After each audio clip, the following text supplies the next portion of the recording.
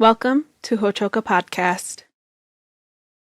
What do an impromptu visit to a friend's house, a pickup basketball game, going on an out-of-state trip, or cultural activities have to do with a healthy residential environment for kids? We're about to find out. Hello, Matakiepi. Welcome to Hochoka, here at the St. Joseph's Indian Schools campus. I'm Scott Wooster, your Hochoka host. We're glad you've joined our circle with Don Forrester, Executive Director of the Coalition of Residential Excellence, more commonly known as CORE. Don is in town because St. Joseph's Indian School is a CORE member and is the host for this year's National CORE Conference here on the banks of the Missouri River. We are taking this opportunity to get to know Don and CORE and the work they do on behalf of residential programs throughout the country. Don, a warm Hochoka welcome to you. Thanks, Scott. We are delighted to be here. So let's talk about you. I'm getting to know you here today. Okay. And you told me, I believe, off screen that you worked for 46 years directly with children? I started to work as a child protective services worker in 1970. Okay. If you do the math, I've been involved in this for a very, very long time, and Right. I absolutely love it. Right. I actually was in graduate school preparing myself, hopefully, for a career as a pastor of a church. Okay. And I got my draft notice. Okay. Was not expecting that, so dropped out of school. My wife and I moved back to our hometown thinking she would stay with her folks while I was in basic training. And then I failed the physical. Have a right bundle branch block. Instead of going pitter-patter, my heart goes patter-pit. Yep. And that kept me out of the military. So I'm out of school. I don't have a job, have no idea what I'm going to do with my life. And I thought, you know what I really need to do is go to work. Yeah. And so I went to the state unemployment agency, and they suggested that I take a merit test to consider working for the Department of Public Welfare. Okay. And so I began work as a child protective services worker. Okay. And within 3 months, I knew I had found my life's calling. Wow. It was the most meaningful thing I'd ever done. I thought, Yeah. this is real ministry. Yeah. I mean, Yeah. there were Yeah. days I'd reflect on the day and think, somehow in the course of the day, I made a difference in the life of a child or in the life of a family from a hard place. Yeah. And I don't know. I haven't tired of it yet. It Yeah. energizes me. Yeah. I moved over into residential child care licensing, working with places like St. Joe or children's homes. And it, too, was protective services. You just regulated licensing requirements, did investigations, and spent 17 and a half years doing that. I guess it was a midlife crisis because I may have been midlife by then, but Yeah. I wanted hands-on experience. Right. So I accepted a position at a children's home as a director, and we had group care for kids, we had foster care, we had adoption, and we had counseling. And so I spent the next 26 and a half years involved in that. And one of the things I like about working with the Coalition of Residential Excellence is I get to interact with people who have that same love. Right. And it keeps me peripherally involved. Yeah, yeah. So I am trying to do math over here. So I'm trying to sort out the 26s and the 17s and all that. But you dedicated a life you intended to go in as a pastor because you cared and it was something you wanted to do. Interestingly, it just fell in my lap, but I had the chance then to pastor a small rural church. Okay. And they have a reputation for being patient and long-suffering.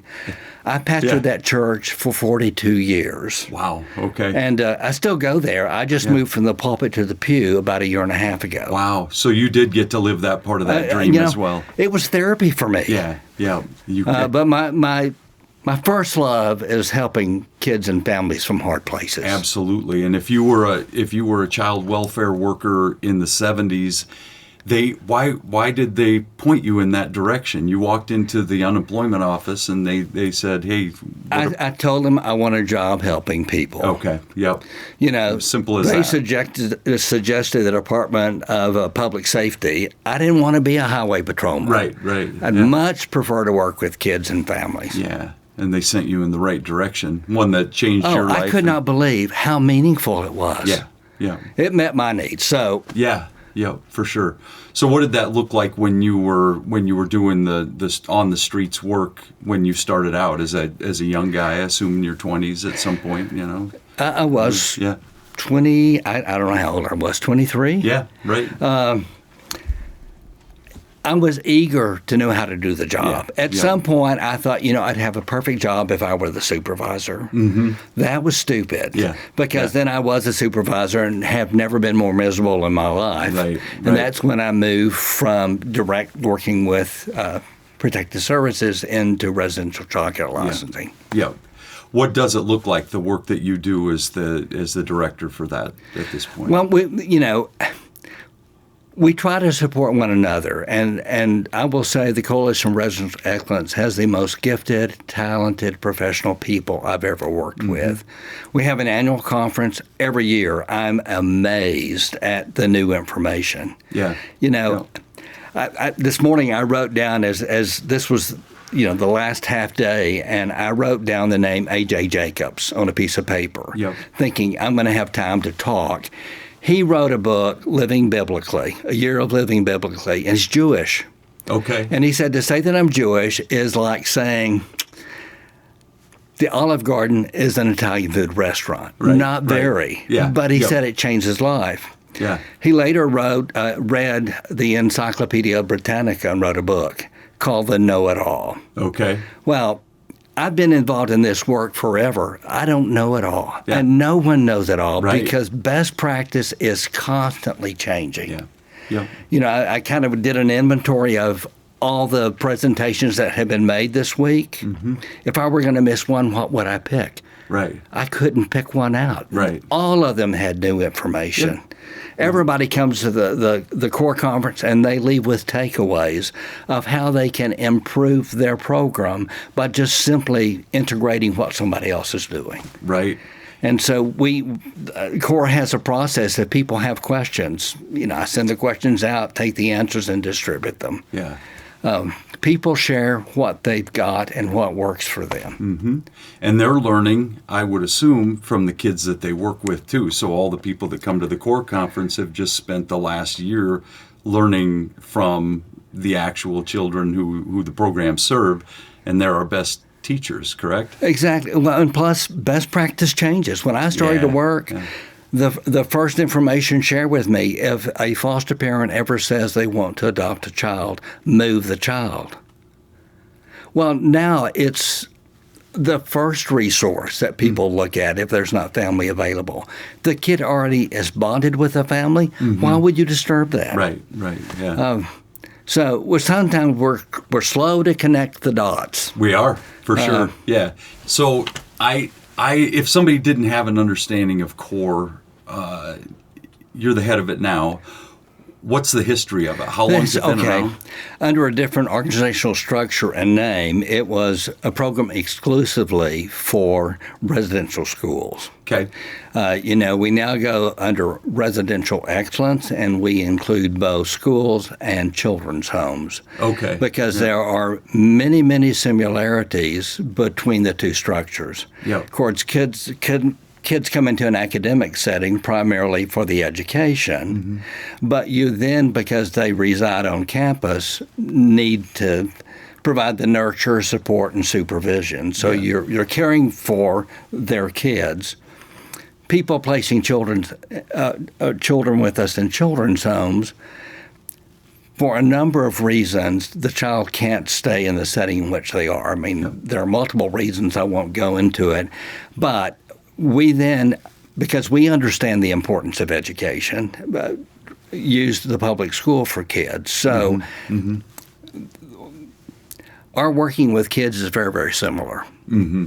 And the challenges are similar. Okay. Yeah. And how many how many residential organizations are Currently, there are developed in this? 39 core members. Wow. Okay.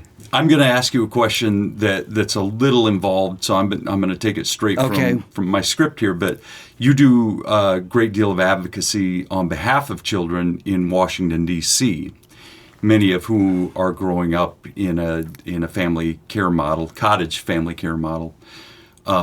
At St. Joe's, the mix of family environments is a little bit different from that. So our student profile data indicates these statistics. Okay. So 9% of current students here at St. Joe's come from two-parent homes, 48% from one-parent or one caregiver homes, 24% live with grandparents, 13 are in adoptive or guardianship environments. A handful might be involved with DSS or Department of Social Services. And depending on the year, all those numbers will fluctuate. Sure. You understand that, of course. But it is always a parent or guardian that enrolls their child in this school, guardian being DSS. Sure. We're a home away from home for about 200 students, roughly grades 1 through 12.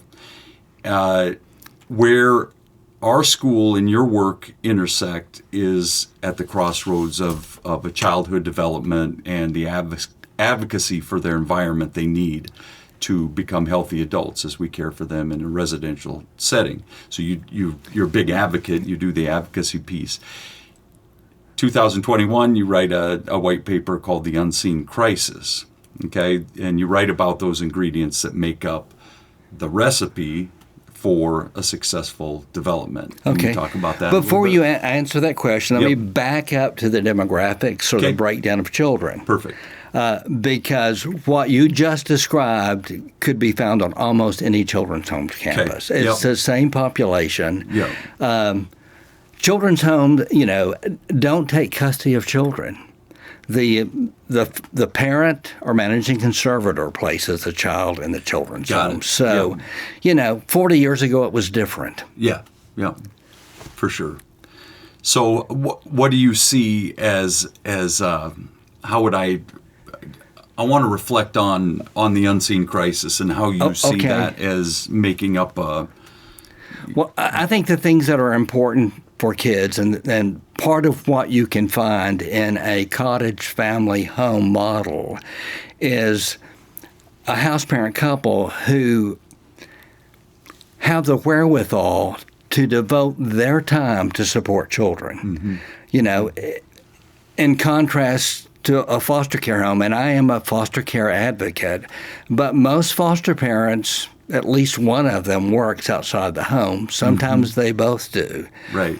In a cottage family home model, the job is simply being available to support kids. Mm-hmm. And so consequently, children in our care, just like on St. Joe's, have a multiple of opportunities to be involved in extracurricular activities. Yeah. We support anything the school does, whether it's sports, band, drama, whatever. We want our kids to take full advantage of it. We also want kids to have a sense of community. Yeah. Through church, through whatever's available within the framework of the community. We want them to have the same kind of experiences that a child in their own home would have. Right.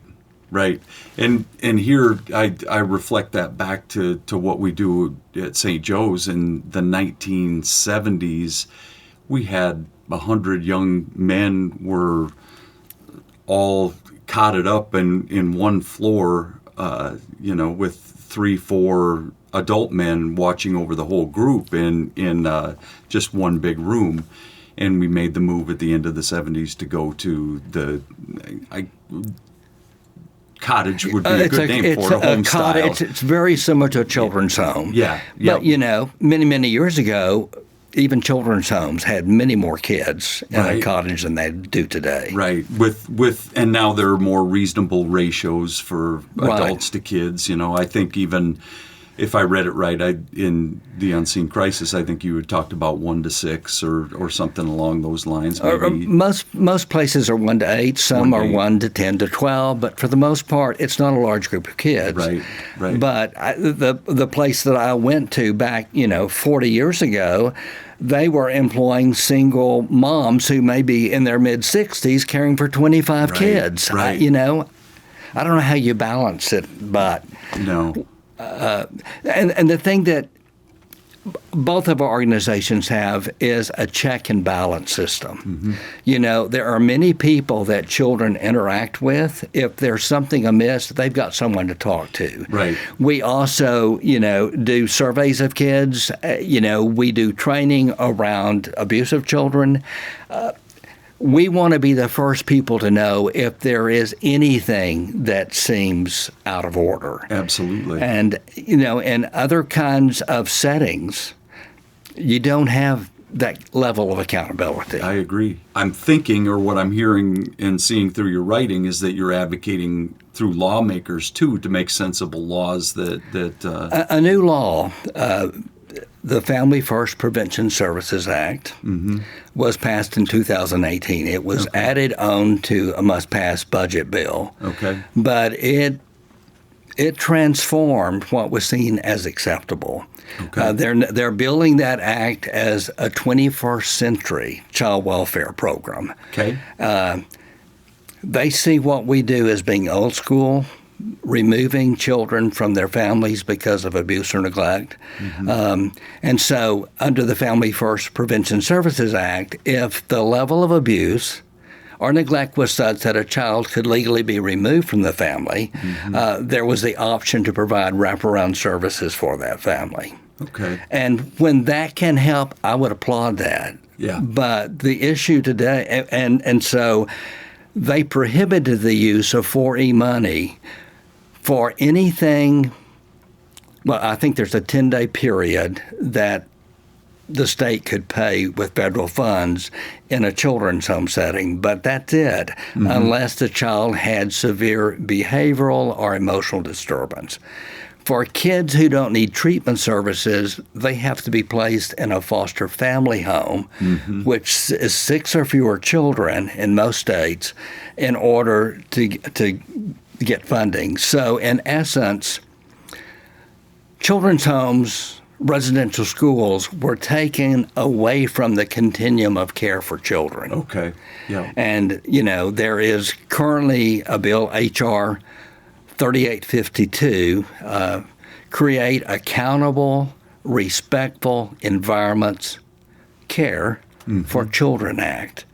And that would put us back into the kingdom of care. Yeah. But those who are supporting the 21st Century Child Protective Program say that what we're doing is, they're making allegations that children are denied age-appropriate privileges. It's kind of like an Oliver Twist story, and that's not the reality that I've observed. Right. And most states have licensing programs, and some of the denigrating things that have been said about what's taking place in our country could not happen or coexist if that were true. Right. But it's an issue that needs to be resolved. But currently, states were given up to a 3-year period. They could ask for a waiver from that law. Okay. That expired October 1st of 21. Since that time, there have been numerous news stories of children who spend the night in CPS offices or in hotel rooms. I'm from Texas. Let me give you a Texas nightmare. I was shocked recently to read in the Dallas Morning News that over the past 18 months, Texas has spent almost $30 million hiring off-duty policemen to sit with kids in hospital and hotels or in makeshift shelters or in unlicensed facilities. There's no place to put these kids. I mean, it's an issue in many, many places. And folks who continue to support the 21st century child welfare approach say we haven't given it enough time. that just doesn't seem right for the kids who don't have a place to be. So what I hear you saying is that the law basically takes away some opportunities that these kids would have and forces them to maybe have no opportunities. Sadly, that's true. Yeah. There have been a number of cases that the risk was such that the kids were removed. They were placed in unlicensed facilities, where they're more apt to sustain injury or lack of supervision, or people caring for them who don't have the training to know how to care for them. Right. I like to think that our kids are getting just some very amazing services that allow them to be kids, which is what we want. Scott, that's exactly what we want for kids. We want them to have a normal childhood. Yeah. We want them to have the ability to live impromptu. Yeah. That they can do things when they're old enough and responsible enough that doesn't require adult supervision. Right. We want them to have the privilege of being kids. Yeah. And to be developmentally appropriate, right? Absolutely. And you said it off air too. You said, and have the opportunity to make mistakes and to learn from them too, with an environment that'll Absolutely. catch them. You learn from your mistakes. Yeah. We can't wrap kids in bubble wrap. They're going to make mistakes. Yeah. But they're going to learn from them. Absolutely. And we're here to guide them and to make sure that they do learn from them and to make sure that they're not shamed when they do make their mistakes. Absolutely. And I think we have to be careful so that the folks that we have watching kids in cottages or as house parents don't replace the parents. I mean, that would be kind of a patriarchal or paternalistic sort of... It is clearly our intent not to replace parents, Right. because children need their families. You said yourself, parents place their children here for an education. Yeah. You're going to be talking with the family, being in contact with family having contact with kids. If we don't serve the family, we don't really serve the child. Mm-hmm. Yeah. I mean, that's critical. The partnership with the parents is crucial. They're team members and the most It's vital more team like members. co-parenting. Yeah. Yep. There are a number of reasons that kids come into care.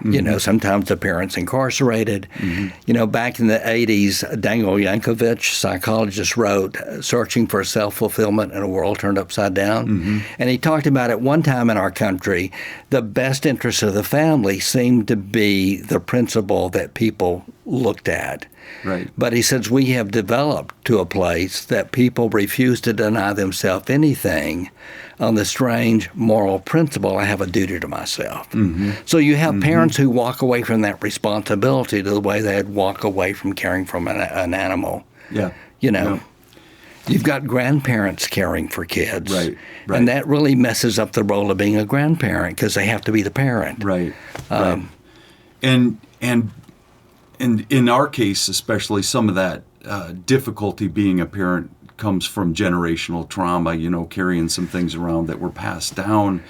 And I think it's always important when we include the parents that we treat them, no matter what their state in life at a particular point, with dignity and with caring and absolutely. And as a member. And sometimes, alcoholism, drug abuse render parents not in a place where they can make real responsible choices for kids. Right. I'm not suggesting there not be contact, but there may need to be some parameters around the contact. Yep. But at the end of the day, the parent still has a prerogative of removing the child if they choose to. Right, exactly. Yep. And we would expect that a child with trauma would be treated in a non-shameful way, in the best way to be treated, and we'll do the same with the parents. Scott, we know so much more today than we did when you and I started in this business. Sure. The impact of trauma on brain development and synaptic connections. In infancy, a child cries because they're either hungry or they're wet. Yeah. Yeah. But what if no one shows up to address either? They lose their voice. But they also learn that the adults can't be trusted to care for them. Right. We also know that felt safety is as important as real face safety. If kids have the sense that the wheels are coming off the wagon, even if we know that's not true, they're going to have the same hardwired connection response with cortisol and different chemicals flooding in that put them on high alert. Yeah. It's real to them, for sure. It is real to them. And we now know that kids who've been subjected to chronic trauma don't have the cognitive awareness to even process much of what's being asked of them. Right. And so when we look at kids differently and see that they're not being oppositionally defiant, but they need some help and understanding, it gives us better tools to relate to them. We have to change our approach, for sure. Yeah, I agree. So, Don, I just met you today, but I just want to say to you that you've shared your life and continue to make sure that kids are taken care of, make sure that they have good and healthy and as you said, normal lives. And so I just want to say, for what it means to you, Wopila, which is a kind of a way of saying it's a sacred thank you in the Lakota way, just to say Wopila to you for giving your life to this and for continuing to. Scott, thanks, but I'm the one who's benefited most. Yeah, absolutely. And you understand that because you've been in it, absolutely. And I just want to say thank you for sharing with us. It shouldn't hurt to be a child. It should never hurt to be a child. Yep, I agree. So thankful Thank you for what you've done, and thanks for joining me here at Ho-Chokeh too, and just sharing some of this I'm honored stuff. to have had the privilege. Thank you. Excellent. And we'd like to thank our viewers too for joining us here at Ho-Chokeh at the Center of St. Joseph's Indian School, where we talk about issues that are central to Native American education. Until next time, stay centered.